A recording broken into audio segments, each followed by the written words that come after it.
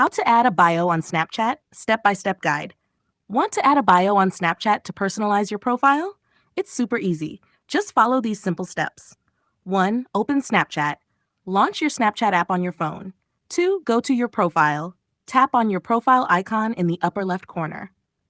3. Access Settings. Click on the T Settings icon in the upper right corner. 4. Find Public Profile Settings. Scroll down and select Public Profile Settings.